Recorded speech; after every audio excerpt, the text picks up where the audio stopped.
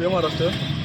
अनेक नागरिकांची तक्रार आल्यामुळं आम्ही इथं पाहणी करण्यासाठी आलो. सर्व आमचे महाराष्ट्र सैनिक पदाधिकारी जर इथं बघता तर इथं महासत्ता चौक ते आंबेडकर पुतळा जे आता महानगरपालिकेचं आमदार फंडातून काँक्रिटीकरणाचं काम चालू आहे. ते काम चालू असताना इथं जे गळती लागलेली आहे पाण्याची, धबधबाची ह्याला एक आता स्वरूप आलेलं आहे. त्यामुळं आज इचलकरंजी शहराची परिस्थिती अशी आहे की 6 ते 8 दिवसाआड पाणी येत आहे. कारण नागरिकांनी पाण्यासाठी भांडत आहेत, झगडत आहेत. मला वाटतं उद्या सर्व पक्ष सर्व संघटना म्हणून या पाण्यासाठी जलयात्रा काढत आहेत. तर इकडं महानगरपालिकेचा कारभार ते आपण बघत आहोत. कारण हजारो लिटर पाणी रस्त्यावर वाया जात आहे. हे खरंच या गोष्टीचा आम्ही निषेध व्यक्त करतो. या ठिकाणी आयुक्त व महापौरांचं कुठंतरी दुर्लक्ष नाही आहे, ते कुठंतरी दिसून येते.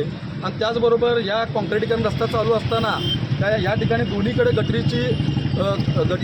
देखील काम केलेलं नाही आहेत. कारण की पाणी मुरणार कुठं, कारण पाणी जायला देखील तिथं हे नाही आहे, म्हणजे वाट नाही आहे. कारण आता पावसाळा देखील आलेला आहे. आणि ह्या सगळ्या गोष्टी बघता महानगरपालिकेने लवकरात लवकर या संदर्भात उपाययोजना करावेत. अन्यथा महाराष्ट्र नवनिर्माण सेना इथं उतरून आम्ही रस्त्यावर उतरून आंदोलन करू. एवढं बोलतो. जय हिंद, जय महाराष्ट्र.